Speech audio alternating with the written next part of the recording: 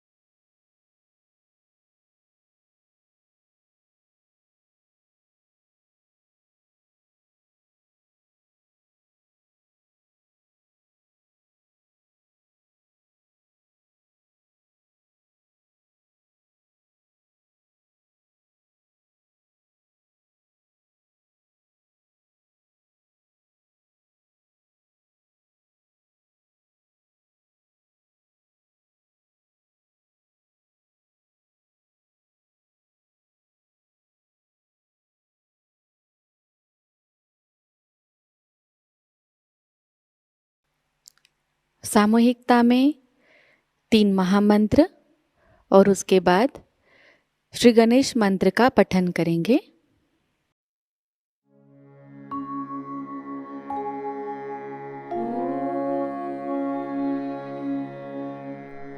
त्वमेव साक्षात् श्री महालक्ष्मी महासरस्वती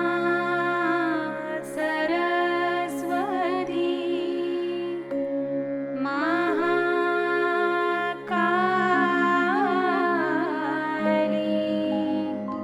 त्रिगुणात्मिका कुण्डलिनी साक्षात् श्री आदिशक्ति माताजी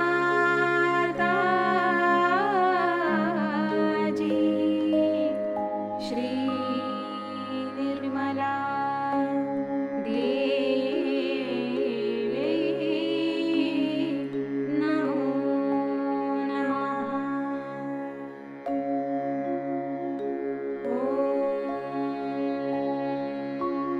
त्वमेव साक्षात् श्री कल्की साक्षात् श्री आदिशक्ति माताजी श्री निर्मला देवी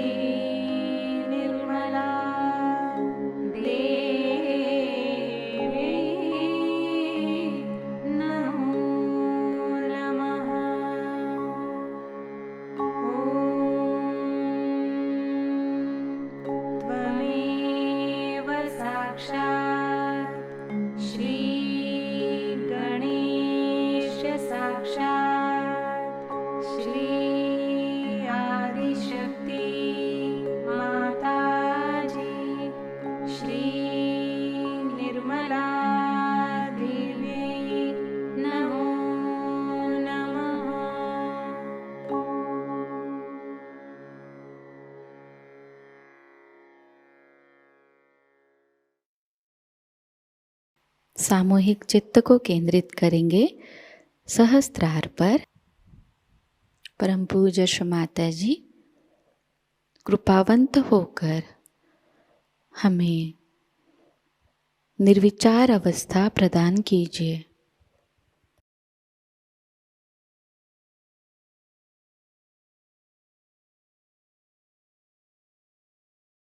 इसी निर्विचार अवस्था में हम श्री माता जी की अमृतवाणी को ग्रहण करेंगे।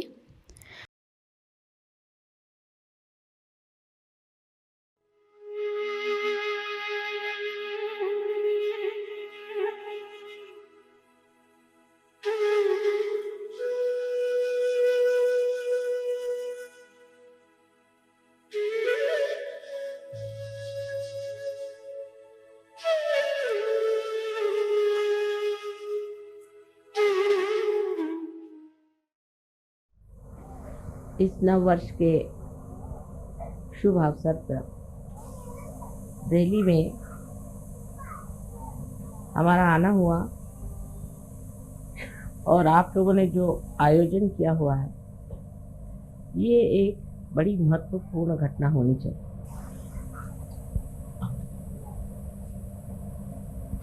नव वर्ष जब शुरू होते हैं तो उस वक्त कोई न कोई नवीन बात, नवीन धारणा, नवीन सूझबूझ मनुष्य के अंदर जागृत होती है। वो स्वयं स्फूर्त होती है। जिसने भी नवीन वर्ष की कल्पना बनाई है वो कोई बड़े भारी दृष्टा रहे होंगे जो ये सोच करके कि ऐसे अवसर पर प्रतीक रूप मनुष्य के अंदर एक नई उमंग, एक नया विचार, एक नया आंदोलन जागृत हो जाए। ऐसे अनेक नवीन वर्ष आए और गए, नई उमंगें आई, नई धारणाएं आई और खत्म हो गई। मनुष्य की आज तक की जो कुछ धारणाएं रही हैं,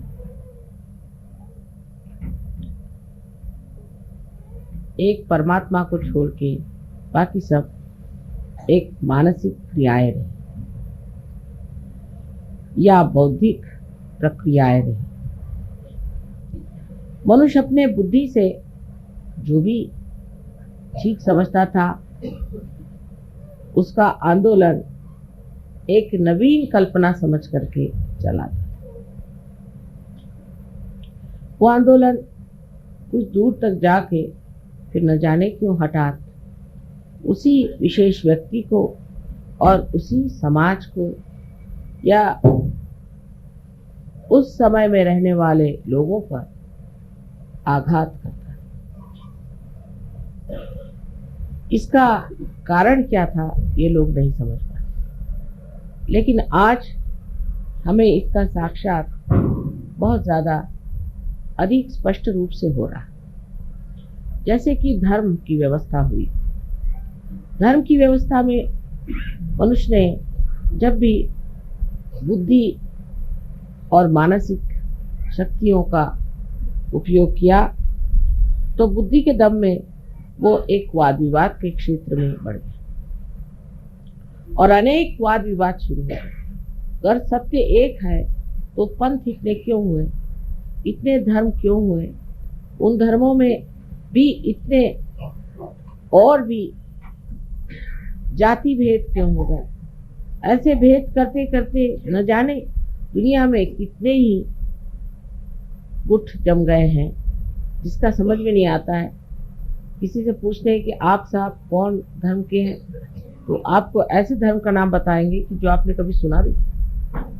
ऐसे धर्म धीरे धीरे मेरे ख्याल से हर एक नवीन वर्ष में ही उत्पन्न होते गए, क्योंकि मनुष्य की बुद्धि हर एक नवीन वर्ष में कोई न कोई नया उमंग लेकर पैदा हो।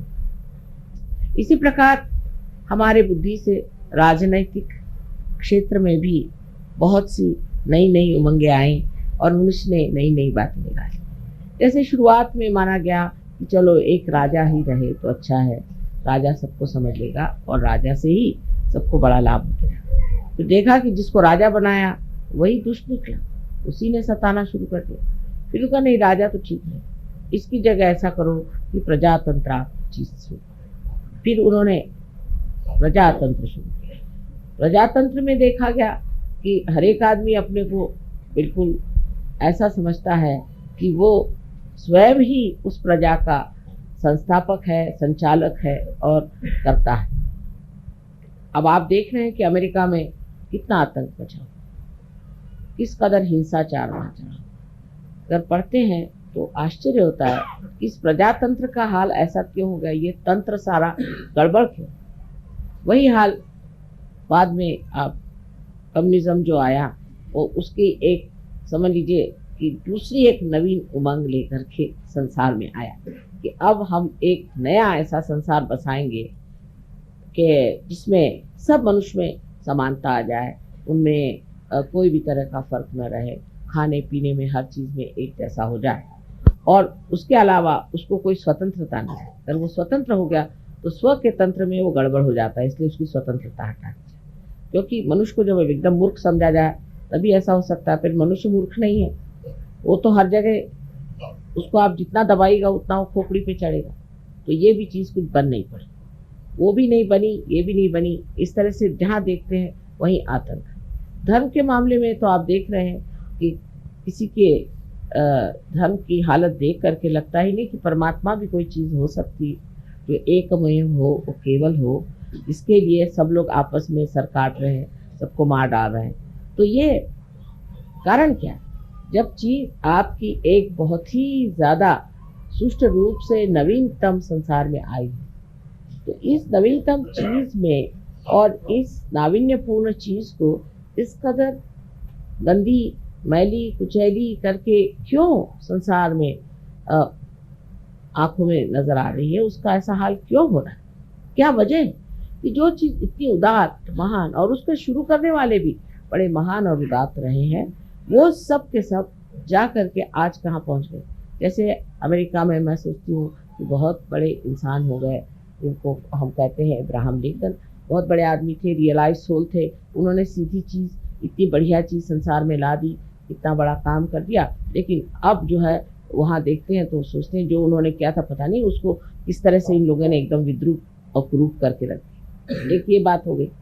दूसरे अगर आप देखिए तो कम्युनिज्म भी जिस लेनिन और मार्क्स ने बनाया था वो भी रियलाइज सोच थे। उन्होंने भी जो सोचा था वो भी हितकारी चीज़ थी, वो हित के जगह अब सबका ही थी। और क्या धर्म के भी जो संस्थापक हुए सब भी बड़े उदात्त और बहुत महान लोग थे, और उनको भी कोई कह नहीं सकता, उनकी तरफ कोई निर्देश करके नहीं कह सकता कि इन्होंने कोई गलत काम किया हो या इन्होंने कोई गलत धारणा से चीज़ को सोचा, ऐसी बात नहीं। लेकिन आखिर आगे जाकर के वो चीज़ ऐसी क्यों? हीरा जो था वो जाकर के कीचड़ में कैसे मिल गया? हीरा तो जहाँ है हीरा ही रहना चाहिए, लेकिन ये तो हीरा जो आया सो कूच करके, जैसे उसका बिल्कुल ही तोड़ करके, उसको मरोड़ करके और उसको कीचड़ ही बनाया। और सभी दूर ये चीज़ें देख कर बड़ा आश्चर्य होने लगता है कि इस तरह की जितनी उदात्त चीज़ें आई। अब साइंस आया संसार में, लोगों ने कहा अब साइंस आया, अब तो हम लोग के सारे प्रश्न हल हो गए, और उस सब प्रश्न हल होने के बाद में और अब हमें कोई चीज़ की चिंता नहीं करनी चाहिए और सब चीज़ ठीक हो जाएगी। तो बात नहीं, हमने एक राक्षस बना के रख दिया है, एटम बॉम्ब, हाइड्रोजन बॉम्ब, ये वो अपने खोपड़ी पे खड़े कर दिए। इधर उससे ही बनी हुई ये प्लास्टिक और ये नायलॉन और ये सब इसके पहाड़ के पहाड़ खड़े कर दिए। ये सब चीज़ें जो सुविधा के लिए बनाई थी इतनी असुविधाजनक हो गई, इससे दुनिया भर की बीमारियां आ गई, आफतें आ गई। आखिर क्या वजह, क्यों इस तरह से हो गया? ये सब जो चीज़ें, ये सब हित प्रणीत, हित को लेकर थी, हितकारी बनाई गई थी। उसी से मनुष्य की नवीन उमंगें आई, उसी से उसने सोचा कि मानव के उद्धार के लिए चीज़ बनाई जाए, वही उसके उद्धार की जगह उसको पूर्णतया नष्ट करने की। इसका कारण क्या हो सकता है? कारण यह है कि जैसे श्री कृष्ण ने कहा हुआ है कि मनुष्य की जो धारणा है या मनुष्य का जो विचार है या जो मानव की जो चेतना है वो नीचे की ओर बढ़े। और धीरे धीरे वो धूली में मिल जाती। ये उन्होंने कहा नहीं, ये मैं कह रही, क्योंकि आज वो साक्षात है। श्री कृष्ण ने भी जो धारणाएं रखी वो भी धूली में मिल, राम ने जो रखी वो भी धूली में मिल गई। उसके बाद जिन्होंने भी कोई धारणा रखी जो कि बिल्कुल सत्य स्वरूप थी, सत्य का ही अंग प्रत्यंग थी, वो सब धूली में मिल गई। इसका कारण यह है कि जब ये मनुष्य के दिमाग के घड़े में पड़ती है तो उसमें कोई ऐसी विषारू वस्तु है कि जिससे ये सब चीज विश्व हो जाती। ये विषारी वस्तु क्या है जिससे इस तरह का कार्य होता है? वो है इसकी सीमाएं। हर चीज की सीमा होती है, इस तरह बुद्धि की भी सीमा होती है, और इसीलिए इस सीमा में बंद करके वो चीज फूट करके और नष्ट हो जाती है। जैसे कि अंगूर का सुंदर स्वाद वाला रस भी अगर एक घड़े में बंद कर दिया जाए तो उसमें उसकी शराब बन के उसका नशा चढ़ जाता है। उसी प्रकार मनुष्य के मस्तिष्क में जो कि सीमित लिमिटेड है, उसमें ये अनलिमिटेड चीजें डाल देने से एकदम नष्ट हो जाता है। इसका मतलब ये नहीं कि मनुष्य का मस्तिष्क ही कुछ खराब है। इसका मतलब ये है कि ये जो मस्तिष्क है इसकी सीमाएं तोड़नी होगी, इसकी सीमाएं बढ़ानी होगी। मनुष्य की चेतना जो है वो व्यापक करनी है, इतनी व्यापक होनी चाहिए कि उसके अंदर सत्य समा सके और वो खुली होनी चाहिए। इसका लक्ष्य क्या है? उधर ध्यान हमारा हटते जाता है। जब चीज सीमित होती जाती है तो इसका लक्ष्य क्या है? उधर हमारा ध्यान नहीं जाता। हर चीज का लक्ष्य था कि मनुष्य का हित हो, और हित क्या चीज है? इसमें श्री कृष्ण ने बताया कि हित वो है जो आत्मा का कल्याण करे। अब आत्मा स्वयं ही कल्याणमय है, लेकिन कल्याण करे माने आत्मा से हम लोगों का कल्याण। लेकिन जब आत्मा ही खोया हुआ है तो हमारा कल्याण कैसे हो सकता? आज का जो नवीन वर्ष है ये विशेष बात है, क्योंकि आज की जो बात हम कर रहे हैं, आज का जो हम सहयोग का कार्य कर रहे हैं, ये हम अपने मस्तिष्क को विस्तीर्ण करें, महान करें, जिसको कि श्री कृष्ण ने कहा है कि विराट का स्थान जो है वो इस मस्तिष्क में है। इसके अंदर उसके जड़ें, उन जड़ों को हम जागृत कर रहे हैं। वो जड़ें जागृत होने से ही सत्य को पूरी तरह से अंदर शोषित कर सकते हैं, एब्सॉर्ब कर सकते हैं। मनुष्य की जो सीमित प्रकृति है वो खुल जा सकती है। लेक्चर देना तो बहुत आसान है कि आप मनुष्य के हित के लिए ये करो, हित के लिए वो करो, लेकिन होता नहीं। अंत में मनुष्य अपना हित नहीं करता, उल्टे अपना भी अहित कर सकता है और सारे समाज का भी अहित कर सकता है। इस मस्तिष्क को बढ़ाने के लिए सिर्फ एक ही तरीका है, वो है कि हमारे अंदर, हमारे हृदय में बसे हुए श्री आत्मा राम को जागरूक करना और उनके प्रकाश से हमारे बुद्धि को जागरूक करना, हमारे मस्तिष्क को जागरूक करना। सो कैसे होता है कि हमारे हृदय के अंदर जो आत्मा है वो साक्षी स्वरूप बैठा हुआ सब चीज देख, जिस वक्त कुंडलिनी, जिसे आप गौरी माता कहते हैं, जब जागृत हो जाती है तो मस्तिष्क में भेद करके यहाँ पर ब्रह्मरंध्र को छेदने के बाद यहाँ पर जो परमात्मा का वास है उसे आलोकित कर, परमात्मा का ही प्रतिबिंब हमारे हृदय में आत्मा से। जैसे ही हमारा आत्मा जागृत हो जाता है तो इस आत्मा के चारों तरफ ये 7 चक्र के आलोक, 7 चक्र के मंडल वो भी जागृत हो जाते हैं। और ये 7 चक्रों की जो पीठ है वो हमारे मस्तिष्क में है, क्योंकि वो भी जागृत हो जाते हैं, इसीलिए ये 7 मंडल भी हमारे हृदय में जागृत हो जाते हैं। ये मंडल जागृत हो जाने से ही हमारी जो नसें हैं या हमारी जो ब्रेन है वो एक तरह से अति सूक्ष्म तरीके से खुल जाता है और उसके अंदर शोषण करने की शक्ति बढ़ती है। सत्य को शोषण करने की शक्ति बढ़ने से ही मनुष्य सत्य पे खड़ा हो सकता है। आज तक मनुष्य सत्य पे खड़ा नहीं हो पाया, सत्य को सुनता है, जानता है, देखता है, पर उस पर खड़ा नहीं हो सकता। सत्य को आत्मसात करने, आत्मा की जागृति होनी चाहिए, और वो आज सहयोग में हो गई, सहज में ही हो गई कहना चाहिए, जो इतने लोग आत्मा को प्राप्त हो। आत्मा को प्राप्त होने से वो शक्ति आपके अंदर जागृत होती है जिससे आप सत्य को आत्मसात कर सकते। जो आज डेमोक्रेसी का सत्य है वो सत्य आपके अंदर जागृत हो गया। माने ये कि दूसरा कौन है, दूसरा कौन है, सब तो हम ही हैं, हमारे ही अंदर सब कुछ है। जब आपको सामूहिक चेतना आ गई तो उसमें कम्युनिज्म का भी सत्य आ गया। जब आपके अंदर ही आ गए, वो सत्य आप ही के अंदर प्रकट हो रहा है। जब आप उसको देख करके जान करके कह सकते हैं कि इस आदमी में कौन से दोष है। और जब आप अपने को जानने लग गए, जब आप अपने को देखने लग गए, आप जब अपनी ही स्वतंत्रता को प्राप्त हो गए, तो आप में डेमोक्रेसी का भी जो सत्य है वो भी जागृत हो। तो स्वतंत्रता भी आ गई और एक तरह से पर का तंत्र भी आपके हाथ में, दूसरों का जो तंत्र है वो भी आपके हाथ में आ गया, और आपकी स्वतंत्रता भी आप जानते हो, क्योंकि अपना भी स्व का तंत्र आप में। शिवाजी कहते थे स्वधर्म ओळखा, स्व का धर्म जानो। स्व का माने अपने आत्मा का धर्म आप जानो, और आत्मा का धर्म जो है, कहने को तो स्व है लेकिन ये जागतिक विश्व का आत्मा है। जो विश्व का आत्मा है वही हमारे हृदय में बसा हुआ है। उसमें जागते ही जो विश्व की भावना, जिसको कि हम एक बड़ा भारी उदात्त उदाहरण और उसको बहुत बड़ी एक फिलॉसफी समझ, एक तत्व ज्ञान के रूप से जिसे जानते थे, वो साक्षात हमारे अंदर विराजमान हो, वो हमारे अंदर चमक गया। हमें उसके लिए कहीं कोई किताब पढ़ने की जरूरत नहीं, किसी को जानने की जरूरत नहीं। देखते साथ जानते हैं कि ये कहाँ है, ये कहाँ है, इनका क्या चल रहा है, उनका क्या मामला हो रहा है। यहाँ बैठे बैठे आप सारी दुनिया को जान सकते हैं। इसमें कोई बड़ी भारी आश्चर्य की बात नहीं, कोई विशेष बात नहीं। अगर आप मेरे लिए कहेंगे तो मुझे तो ये लगता है मैंने तो कुछ किया नहीं, क्योंकि मैं जैसी हूँ सो हूँ ही, वो तो अनादि से ऐसी ही हूँ, तो मेरी कोई विशेषता इसमें नहीं है। विशेषता आप लोगों की, जो आपने इसे जाना, माना और पाया।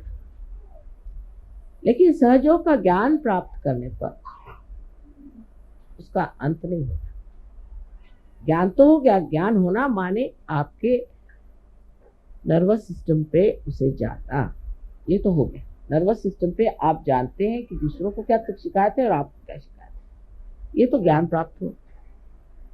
जो लोग उल्टी तरीके से चलते हैं वो सोचते हैं ज्ञान करना माने ये कि हमें बुद्धि से जानना, बुद्धि से हमें जानना है। बुद्धि से जानना माने क्या, कि हम अब किताबें पढ़ के जान लेंगे, या हम किसी गुरु के पास बैठ करके जान लेंगे, या किसी के उपदेश सुनने से हम जान लेंगे।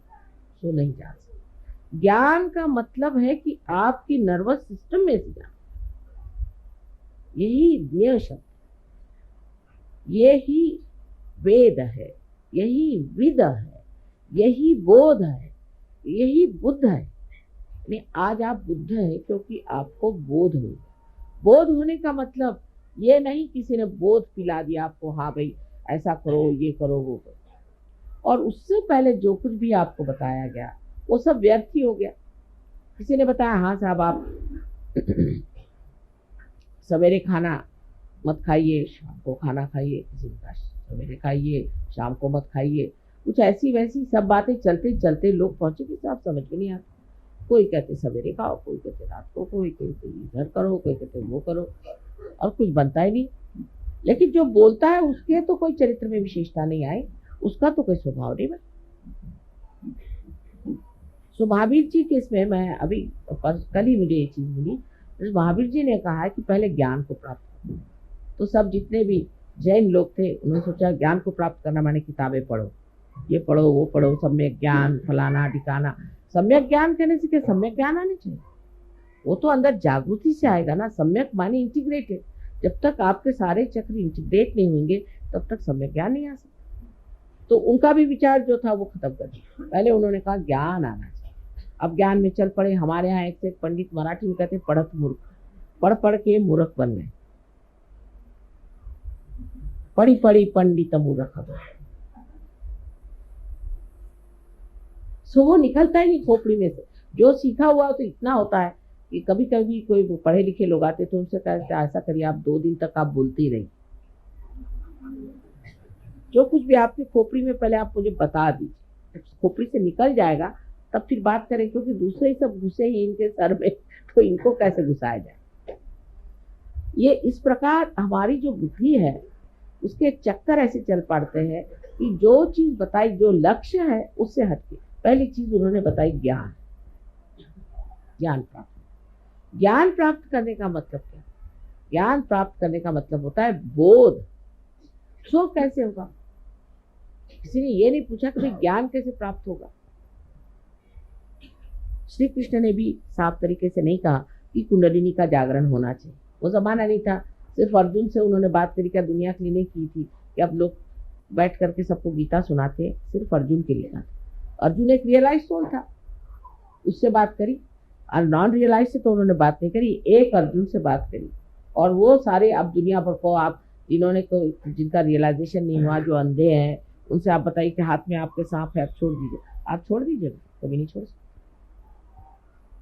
तो शुरुआत ही नहीं हुई किसी चीज की, अभी शुरुआत ही नहीं। जब शुरुआत हुई तो आपने देखा कि हाँ चीज ठीक है, आंख खुलते बाप रे हाथ में सांप है, आपने छोड़ दिया।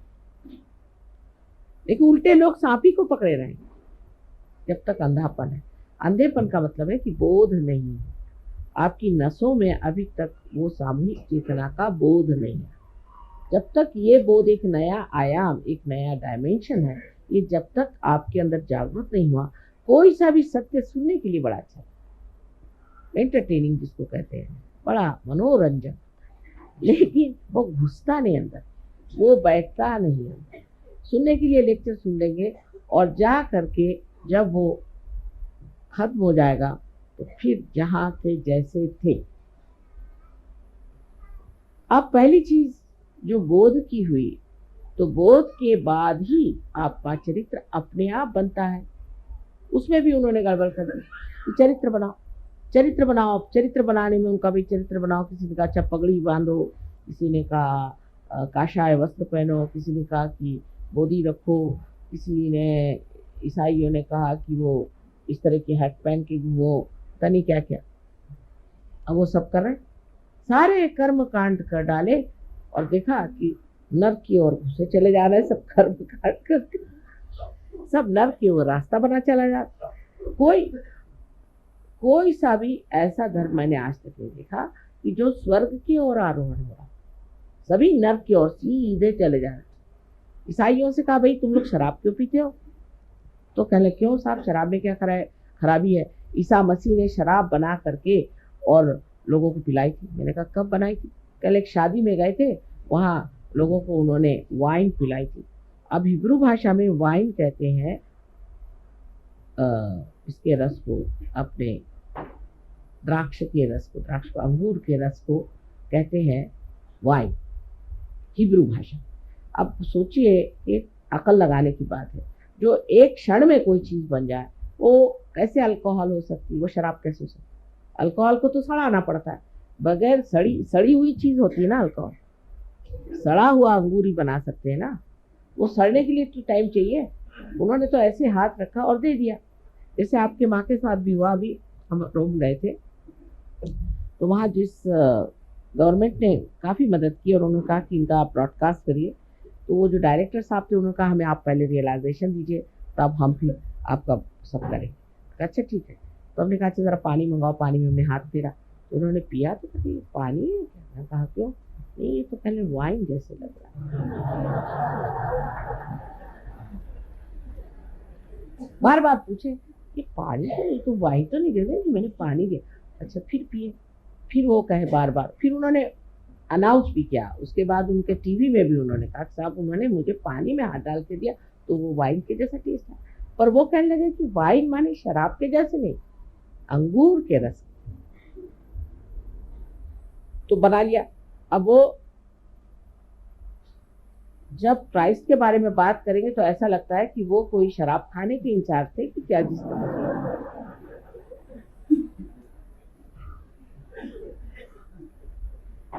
उसी प्रकार हरेक धर्म में, अब सिख धर्म में बताया गया कि आप अपनी रक्षा के लिए कृपाण रखें, इसलिए क्योंकि उस वक्त उन पे हर तरह के आघात होते। तो अब वो बंदूकें और सांप तो गोले और दुनिया भर की जितनी भी हिंसाकारी चीजें हैं, यानी हिटलर को वो आजकल पूजा कर रहे हैं, नानक साहब को नहीं करते। हालांकि नानक साहब ने ये भी नहीं कहा, लेकिन पूरा भी देखा जाए तो कहीं नहीं कहा गया था कि आप तोपखाने रखिए। ऐसी कौन सी आप पे आफत आई? जिस वक्त आफत थी तो उन्होंने सिर्फ कहा था कृपाण रख लो, भगवान के नाम पर काफी। और किसी ने चलाया नहीं कृपाण, किसी ने चलाया नहीं था, रक्षा के लिए से एक प्रतीक रूप से उन्होंने कहा रखी। पहले तो जब हम लोग छोटे थे तो सिख लोग इतना सा छोटा सा रखते थे कृपा, इतना छोटा। अब देखती हूँ साइज बढ़ते बढ़ते जैसे जैसे धीरे धीरे बढ़ता सब आए हो, आजकल ये हालत है कि तोपखाने रखे हो। ये इतनी, हमारी तो अभी जितनी उम्र हुई है, इस उम्र में हम ही देख देख के हैरान है कि ये इसका साइज इतने बढ़ते बढ़ते इतना बड़ा क्यों हो गया। अब उन्होंने कहा था कंघा रखो, तो कंघी तो छोटी होती होते होते इतनी हो गई, अभी तो दिखाई भी नहीं दी। और ये तोपखाने जो है इतने लंबे लंबे हो।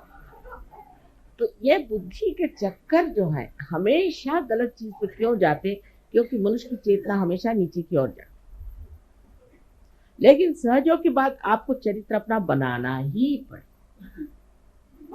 अब कोई कहेगा कि नहीं साहब हम तो नहीं बनाता, चल नहीं सकता, अपने आप बंद हो जाए। ये आपकी कुंडली नहीं आपको बनाती जाए, धीरे धीरे धीरे धीरे आपको वैसे बनना ही पड़ेगा। वो कहेगी कि अच्छा नहीं बनते हो, चलो इस तरह से, वो टेढ़ी उंगली घी भी निकाल लेगी, वो आपको इस तरह से बना के रख देगी कि आप कहेंगे कि हार गए बाबा, जो कहो। एक साहब थे तो वो उनका दूसरे दिन ही शराब वराब सब छूट गया। उसके बाद वो गए जर्मनी, उन्होंने कहा थोड़ी सी चख तो ले, यहाँ की मुझे बड़ी पसंद थी वाइन, क्या लगती है। वो कहते कि मैंने जो पिया तो उसके बाद माँ इतनी मुझे उल्टियाँ आई। मैंने कहा क्यों? कल ऐसे लगे कि मैंने जैसे कोई सड़ा हुआ बुच खा लिया। अब तुमने सड़ा हुआ बुच कभी खाया था क्या?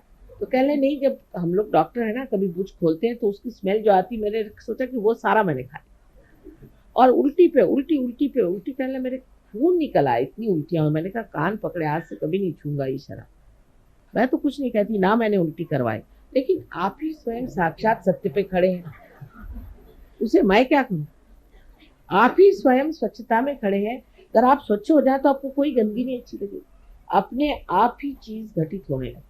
शुरू में बहुत तकलीफें होती है, कुछ कुछ लोगों को तो बहुत ही परेशानी होती है इसमें आने में। किसी में ईगो आ जाता है तो वो अजीब सा कूदने लग जाता है। मैं देखती रह जाती हूँ कि अभी तो अच्छे बैठे हुए थे, अभी बंदर के जैसे कूदने लगे। फिर किसी में देखती हूँ कि एक तरह की बड़ी घृष्टता आ जाती है, किसी में बड़ा गुस्सा आ जाता है, किसी में कुछ होता है, पर धीरे धीरे धीरे धीरे वो मुलायम होते जाते हैं और चीज सब बनती जाती है। वो कैसे बनती है, क्या बनती है, वो मैं आपको नहीं बताऊं, लेकिन वो बनती है। क्योंकि बताने पर आप लोग घबरा जाए। उसके तौर तरीके जो हैं बहुत नाजुक हैं, लेकिन हैं बड़े कठिन। जैसे कि हम लोग कभी नहीं सोचते हैं कि किस तरह से फूल खिलते हैं, फिर किस तरह से उसके साथ कांटे आ जाते हैं, किस तरह से पेड़ बनते हैं, कैसे सुंदर सुंदर पत्तियों के आकार विकार बनते जाते हैं। ये हम कभी नहीं सोचते। जब होता है तो देखते हैं हाँ कितना निसर्ग सुंदर है, इतने निसर्ग रम्य स्थान में हम आ गए, सब ये सोचते रहते। लेकिन ये नहीं सोचते कि ये कैसे बनी होगी, कौन सी शक्ति ने बनाया होगा, किस सुंदरता से बनाएगा, और उसके पीछे कितनी स्फोटक, कितनी भयंकर शक्ति भी हो सकती है।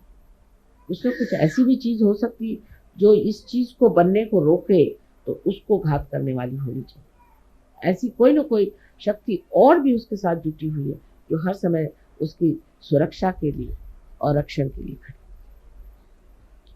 अनेक स्थल पे आपको इस तरह से अनुभव आते रहेंगे आपके चरित्र में। एक साहब थे, उन्होंने सहयोग के बाद सब छोड़ दिया, लेकिन सिगरेट जरा छूटी। तो एक दिन वो मोटर में जा रहे थे और लोगों के साथ, और सिगरेट पी रहे थे। सिगरेट पीते पीते उनके मोटर में एक्सीडेंट हो, किसी को कुछ नहीं हुआ, उनकी सिर्फ ये उंगली विशुद्धि की थोड़ी सी काट दी।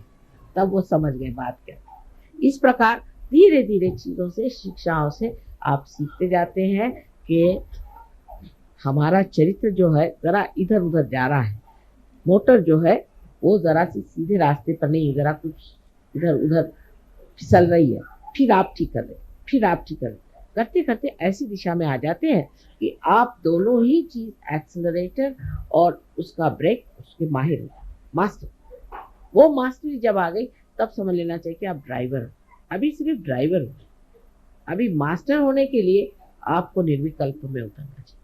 जब आप निर्विकल्प में उतर जाते तब आप गुरु महाराज हैं। मैं आप सबको नमस्कार करती हूँ। सब आप लोग गुरु हो, अपने ही गुरुत्व करके, अपने ही को सिखाकर, अपने ही को समझा। आप गुरु ऐसे वैसे नहीं हुए, दूसरों को सिखाना बहुत आसान है, लेकिन जिस तरह से हमारे कॉलेजेस में पहले टीचर्स के पास हम पढ़ते हैं, फिर जाके प्रोफेसर से पढ़ते हैं, मेहनत करते हैं, फिर हम गुरु होते हैं। इसी प्रकार सहयोग में भी पहले अपने ही ऊपर उसका सब अनुभव करके, उसका पूरा प्रयोग, एक्सपेरिमेंट करके फिर हम गुरु होते हैं। और जब हम गुरुत्व को आ जाते हैं तब फिर हम जानते हैं सबका कि हाँ हम भी ऐसे ही थे, तुमको हम जानते हैं। हाँ, ऐसे ही हमारा था, यही मामला था, हम सब जानते हैं। तब फिर बहुत आसान हो जाता, तब आप गुरु हो जाते हैं। और इसको कहना चाहिए कि सहज का जो चरित्र बनना और सहज में ज्ञान को प्राप्त होकर के उसमें, ये चीज जब तक नहीं आती है तब तक मनुष्य में उसकी विशेषता नहीं। लेकिन अब आप देखेंगे कि जिस वक्त आप गुरु हो जाते हैं तब आपको पता होता है कि अभी हमें कमियां हैं, तब आपको कोई ना कोई तपश्चर्या करनी। वो तपश्चर्या का मतलब ये नहीं कि आप कुछ उसमें भूखे मरिए, ये तो माँ कभी नहीं चाहेगी, क्योंकि माँ को दुख देना तो आप भूखे रहिए। भूखे रहने की कोई ज़रूरत नहीं, भूखा रहना बिल्कुल ज़रूरी नहीं है। हाँ, अगर आपको नहीं खाना तो नहीं खाइए, वो दूसरी बात है, पर परमात्मा के नाम पर आपको कौन सा तप करना चाहिए, कौन से तप से आप चलें। परमात्मा के नाम पर एक ही तप करना चाहिए, माने ये कि अपनी स्थिति निर्विचार में बनानी चाहिए। ध्यान धारणा से अपनी सफाई करके अपनी स्थिति आपको निर्विचार में बनानी। निर्विचार में जब आप आ जाते हैं तभी आपका जो ये पौधा है बढ़ता है। इसलिए बहुत से लोग कहते हैं माँ मुझसे ध्यान नहीं होता, तो भैया आधे ही रह जाओ। ध्यान रोज करना होगा। जब तक ये तपश्चर्या नहीं की जाएगी तब तक आप पूरी तरह से प्रकाश में नहीं हो सकते, तब तक आप दर्शन जो उन्होंने कहा हुआ है उस दर्शन को प्राप्त नहीं कर, तब तक आप हमें भी नहीं समझ सकते, तब तक आप बिल्कुल नहीं हमें समझ सकते। क्योंकि जब तक आप में त्रुटियां रहेंगी तब तक आप उन त्रुटियों के झरोखे से देखिएगा। जैसे कि कोई नीले रंग का आप अपने आंख पर पर्दा बांध दे तो हम आपको नीले दिखाई देंगे, पीले रंग का बांधे तो पीले दिखाई देंगे। इसी प्रकार कोई भी विकृति आपके अंदर होगी तो उसी तरह हम आपको नजर आएंगे, हम आपको जो असलियत में नजर आएंगे ही नहीं। वो एक हमारा तरीका है। तो इसलिए ये 4 चीजों को आपको इस नवीन वर्ष में सोच लेना कि अब हमारे पास ज्ञान प्राप्त हो गया है, हमें अब अपना चरित्र बनाना है, और चरित्र बनाने के लिए जो हमें तप और ध्यान करना है वो हमें करना है किसी भी हालत। लोग कहेंगे साहब हमारे पास समय नहीं, लेकिन ये बात नहीं। इंग्लैंड जैसे शहर में जहाँ कितनी ठंड रहती, लोग 4 बजे उठ के नहा करके ध्यान, लेकिन हिंदुस्तान में लोग कहते हैं अच्छा अगले साल करें, ये साल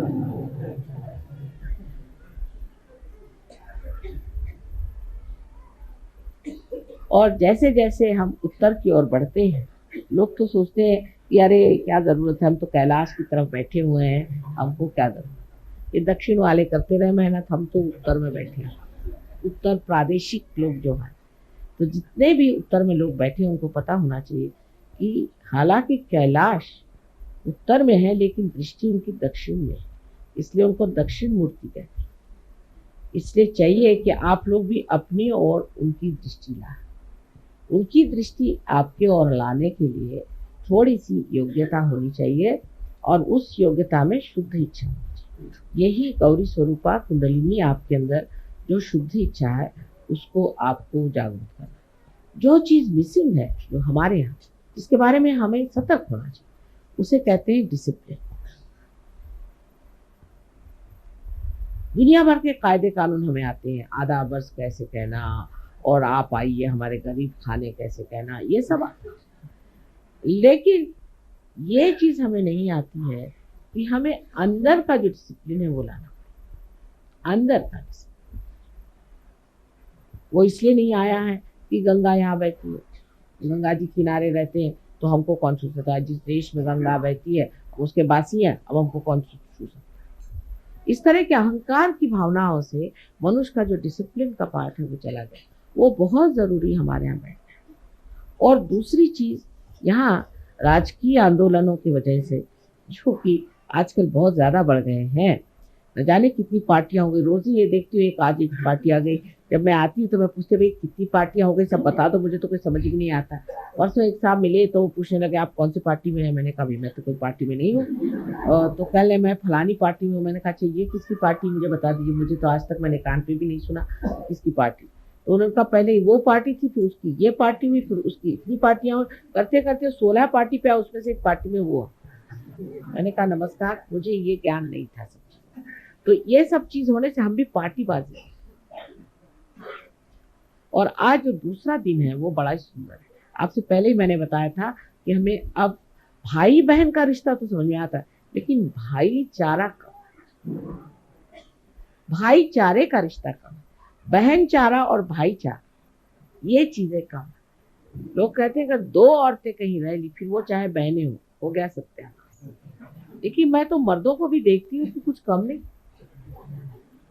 अब इनकी लड़ाइयाँ और तरह की होती, औरतों की दूसरी तरह की। आदमियों की लड़ाइयाँ जब शुरू होती है तो कुछ समझ ही में नहीं आता है कि इसका स्वरूप कहाँ से पैदा हो, कुछ अजीब सा ही है। जैसे कि अब एक साहब आए, कहने लगे कि माता जी मुझे बड़ा प्रश्न हो रहा है, ये जो साहब आए, ये साहब सहयोग में तो आए लेकिन ये तो थोड़े दिन हुए आए, अब आए तो ये कैसे इतना बोलने लगे सहयोग के। भैया उनको ज़्यादा समझता तो बोलने लगे, उसमें क्या आ जाए, आपको क्या ऑब्जेक्शन, आप भी बोलिए, आप बोलते क्यों नहीं। अब वो सब ऑर्गेनाइज करने लग गए और हमें तो कोई चांस ही नहीं मिला। आप करिए ना, आप भी करिए, सब कर सकते। ये आदमी का तरीका है। औरत का और है कि देखिए वो गाना गा रही थी और हमको गाने को चांस ही नहीं दिया।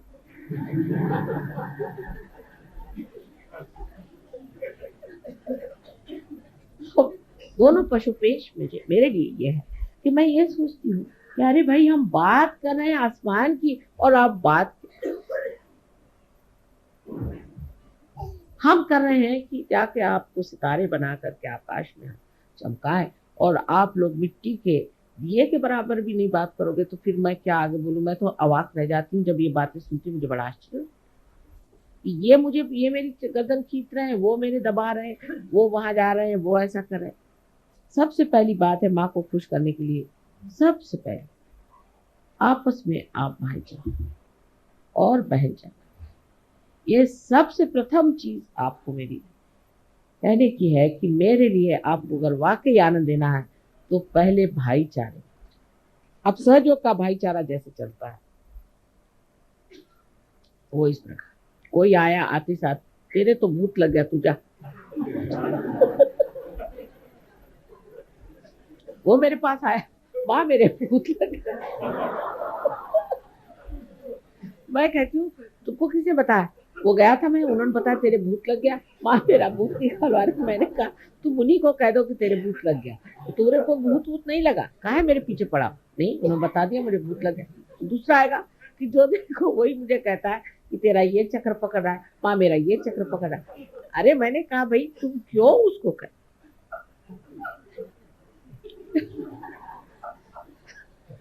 तुम ऐसा करो कि उससे बताओ कि भाई तुम्हारी जागृति कर लो, धीरे धीरे सेंसिटिविटी आ जाएगी तो तुमको खुद ही पता हो जाएगा। तुम क्यों उसके पीछे पड़े हो कि तेरी ये भूत लगा, तुम्हारे वो भूत लगा, तुमको ये चक्र पकड़ा, तुमको वो चक्र पकड़ा। दूसरे ये आप लोग सहयोगी हो कि नजाकत के नमूने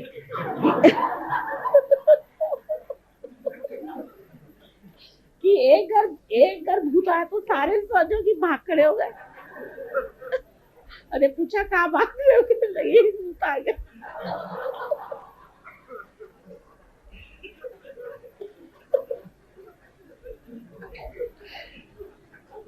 साहब मैं तो भूत की बात ही नहीं करने वाली थी। शुरू से मैंने तय किया था कि मैं भूत के बारे में कहूंगी नहीं।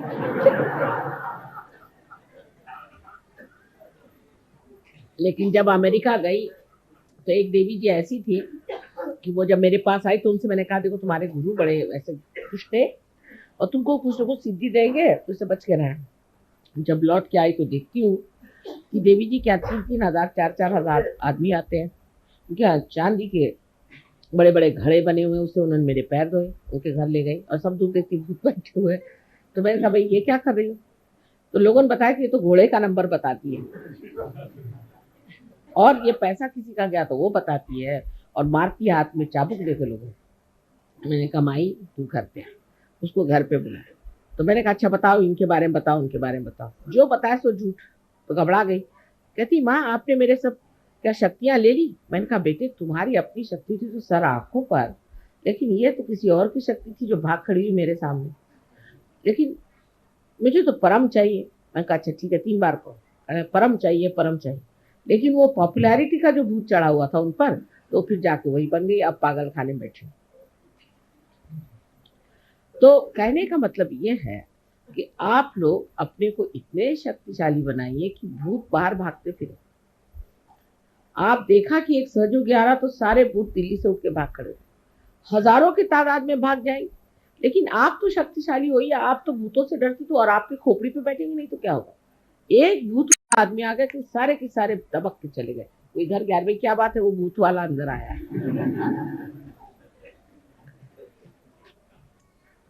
तो ये भाईचारे की बात। अब उसका कारण क्या है? हम अशक्त क्यों है?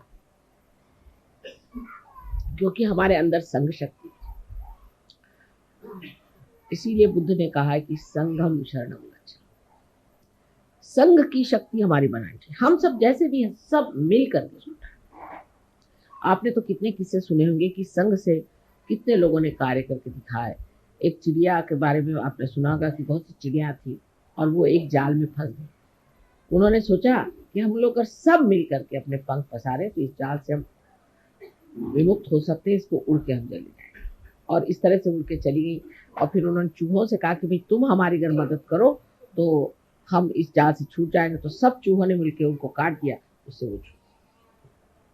इसी प्रकार हमको भी सोचना चाहिए कि अगर हम अपनी संघ शक्ति को बढ़ा लें तो कोई भूत यहाँ आएगा ही क्यों, वो तो पहले ही भाग जाएगा। एक नहीं हजारों उठ के उनके कारवा यहाँ से उठ जाए। लेकिन हमारी संघ शक्ति कम, इसलिए हम कमजोर हैं। हम ये नहीं सोचते कि सहयोग बढ़ रहा है जो 2 हाथ लगा, सहयोग बढ़ रहा है वो बढ़ा रहे हैं, चलो उनको काटो। वो फलाना है उनके खिलाफ चिट्ठी भी। माँ का सर इसी में निकल जाता है। अगर आप चिट्ठियां पढ़िए तो हैरान हो जाए, 7-7 सफ़े की चिट्ठियां आती है ये बताने के लिए कि वो जो काम कर रहे हैं वो भूत है। अब मुझे कुछ समझ में आता है कि नहीं कौन भूत है और कौन नहीं। लेकिन इस तरह की ये जो हमारी बातें हो गई हैं सहयोग में कि इनके वाइब्रेशन अच्छे नहीं, इनका है। मैं कहती हूँ हजारों ऐसे लोग यहाँ आ जाए तो भी आपको डरने की कौन सी बात। हमारे यहाँ महाराष्ट्र में एक धुमाल नाम के साहब हैं, तो मुझसे पहले तुम लोग को भूत कहाँ से पकड़ते, तुम भूत को पकड़ो, तुमको भूत कैसे पकड़ते। तो एक बार हमारे यहाँ वहाँ पे राहुरी में एक आदमी आया, उसके पछाड़ा हुआ था। तो वो जब उसमें आया तो बोलने लगा कि ये 3-3 सहयोगी उस रास्ते से जाते हैं, वहीं हम लोग रहते हैं, तो इनसे कहिए कि वहाँ से न जाए, नहीं तो हम लोग जाके डरेगा।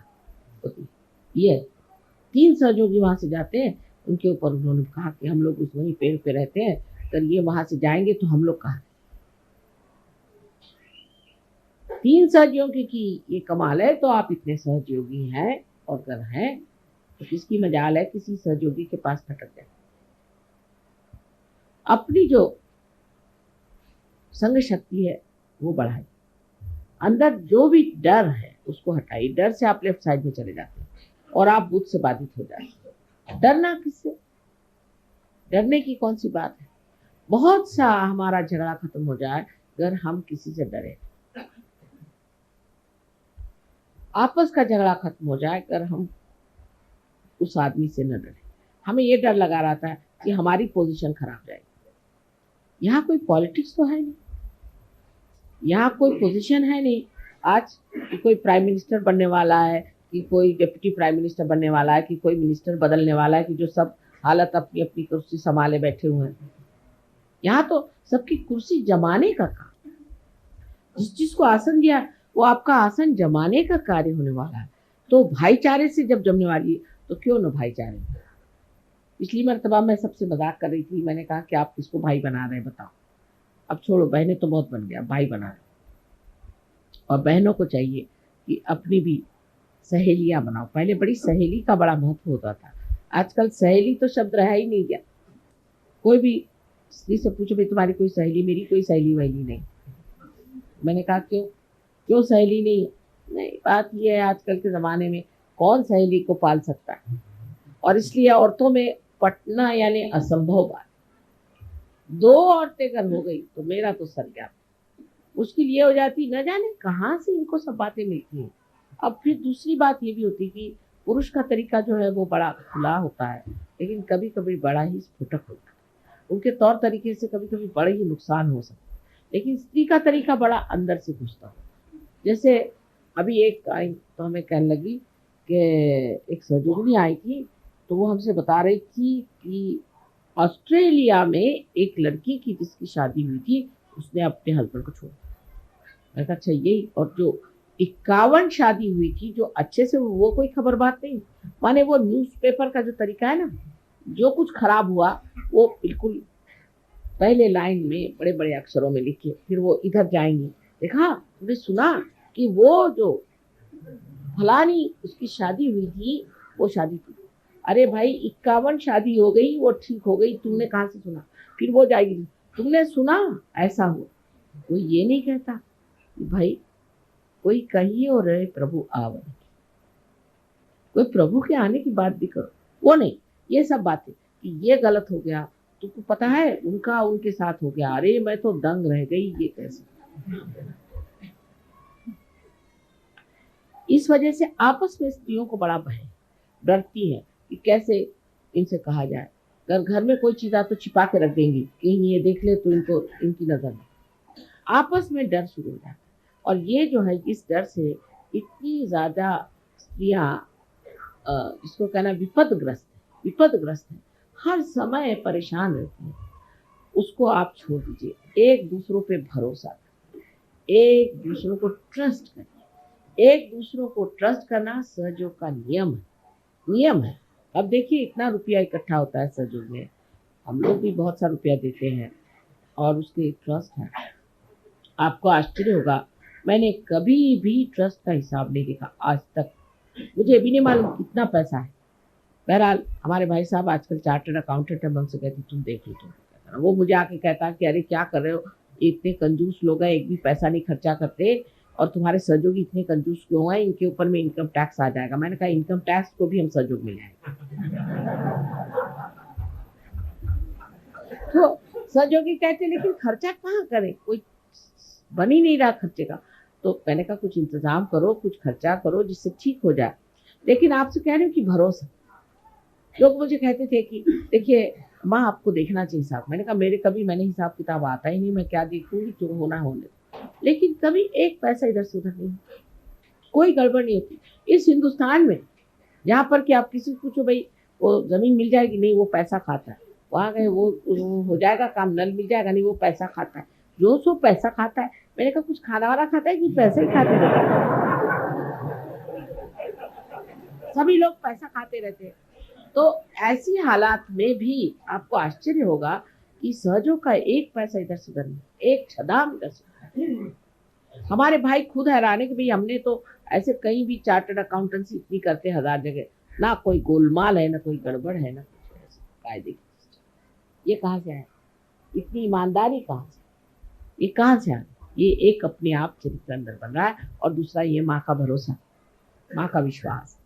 इसी तरह आप एक दूसरे पर विश्वास करें, एक दूसरे की गलतियां को मत देखिए, उसको बढ़ा चढ़ा के मत बताइए, दूसरों की आप अच्छाई बताइए। ये सोचिए सुबह से शाम तक कि उस औरत में या इस हमारे मित्र में कौन सी अच्छाई, कौन से अच्छे गुण। इसका मतलब नहीं आप अपने को दोष दीजिए। बहुत लोगों की ये भी आदत है मैं ही खराब हूँ, मैं बिल्कुल भी नहीं, आप तो बहुत ही बढ़िया। पहली चीज आप अपना दोष मत देखिए, लेकिन ये देखिए कि दूसरे आदमी में अच्छाई क्या है, उसके अच्छे गुण क्या है, उससे आप प्लावित हो रहे हैं, उससे आप नरिश हो। लेकिन आप दूसरों के दोष रोज गिनते रहेंगे, सारे दोष आपके अंदर नजर आ जाए।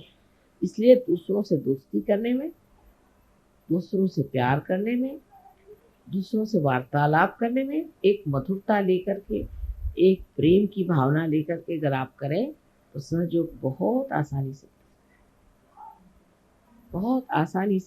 आप इसे पा सकते हैं और सारे संसार में सहयोग कर सकते हैं। सारी दारोमदार मेरी आपके ऊपर। मैं क्या कर सकती हूँ? अगर मैं कुछ कर सकती तो मैं आपके हाथ पैर क्यों जोड़ती? लेकिन मैं इसलिए आपसे विनती करती हूँ कि आज शुभ अवसर, इतना सुंदर अवसर है कि आज नवीन वर्ष की है और आज ही ये भाई बहन की बात है। अब ये तो हिंदुस्तान में ज़्यादा बताने की ज़रूरत नहीं। एक दो होते हैं ऐसे वैसे जो कि बेकार लोग होते हैं, उनको भाई बहन समझ ही नहीं आती। उनको छोड़ दीजिए, उनको आज नहीं समझ में आएगी, हिंदुस्तान में नहीं समझ में आएगी तो कभी भी नहीं समझ आएगी। लेकिन जो आप लोगों को समझना है वो ये कि ये जो भाई बहन आप बना रहे हैं आज के दिन, आज के जो भैया द्विज आप कर रहे हैं, उसमें आपको ये सोचना चाहिए कि ये भाईचारे, इस देश में भाईचारे पर अनेक गाथाएं लिखी, किस तरह से लोगों ने मिलजुल करके काम किया। सारा गांधी जी का आंदोलन, सारे 42 का मूवमेंट, सोचिए कितना त्याग लोगों ने किया। अब तो हमारे फादर खुद ही इसमें पड़े हुए थे, आपसे मैंने पहले भी बताया। तो यह हालत थी कि महलों में रहते रहते फिर जाके झोपड़ी में रहो। लेकिन सारा शहर हमारे साथ, सारा शहर। किसी दुकान में जाओ, अरे आप क्या पैसे दे रहे हैं? पैसे देने के बाद में आपके बाप आएंगे। कोई साड़ी खरीदने जाओ, अरे एक साड़ी ले जाओ बहन, क्या बात है, आपके बाप जब आएंगे तब। कहीं कुछ कभी कमी नहीं उन लोगों ने पड़ी थी, सब हाथों हाथ उठा।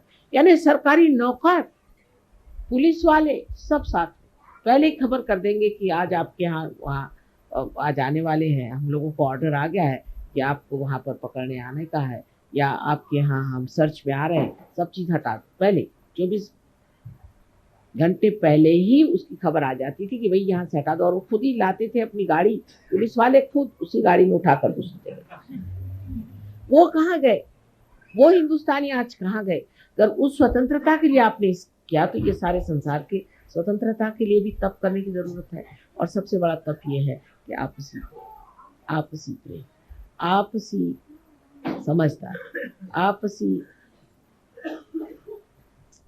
एक तरह की एकता, आत्मीयता। कोई बीमार पड़ गया दौड़े जाओ सारे, कोई किसी को आफत आई सब दौड़े। कोई भी चीज का शेयरिंग हो याद आना चाहिए। जैसे मुझे आप लोग कभी कभी मिठाई देते हैं, कुछ देते हैं, तो मुझे ख्याल आता है कि मैं तो खा रही हूँ लेकिन सहयोगियों को सब जगह ये मिठाई शायद नहीं मिल रही होगी। और मुझे फिर कभी ख्याल आता है कि लंदन के सहयोगियों को ये वाले लड्डू बड़े पसंद आते हैं, तो आज नहीं खाएंगे, फिर छोड़ दीजिए।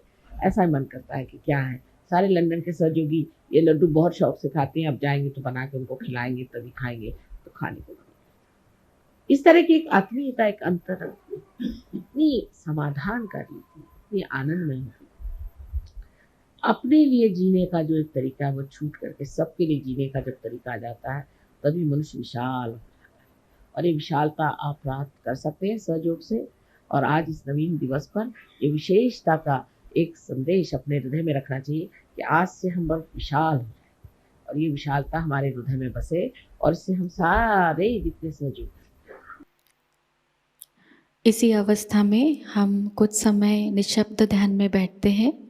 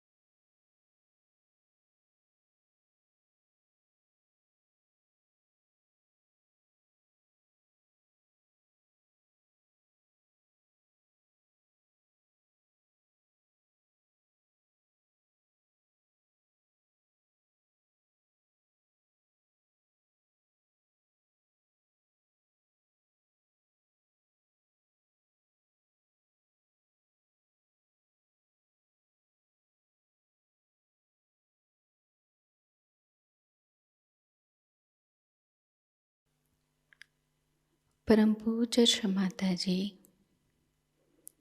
आपकी परम कृपा में हम सदैव सामूहिकता से जुड़े रहकर आपके श्री विराट और श्री विराटांगना स्वरूप के आशीर्वाद को प्राप्त करें। हम सदैव निरानंद अवस्था को प्राप्त करें।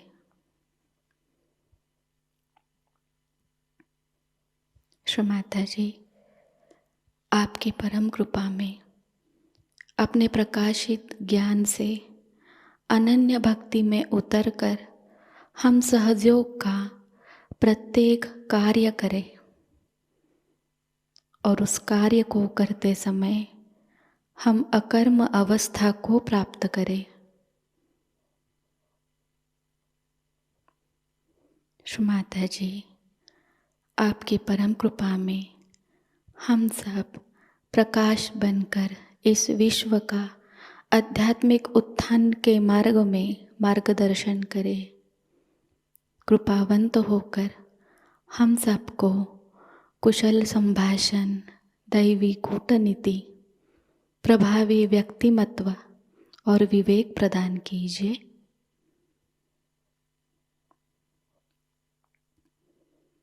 श्री माता जी, आज का यह सामूहिक ध्यान हम आपके श्री चरणों पर समर्पित करते हैं।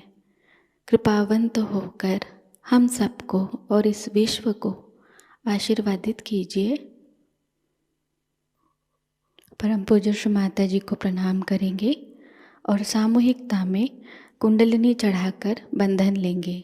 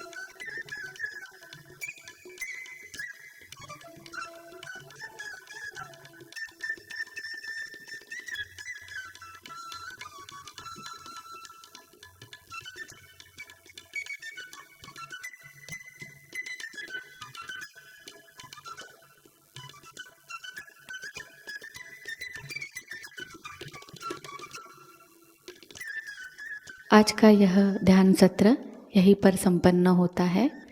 जय श्री माता जी।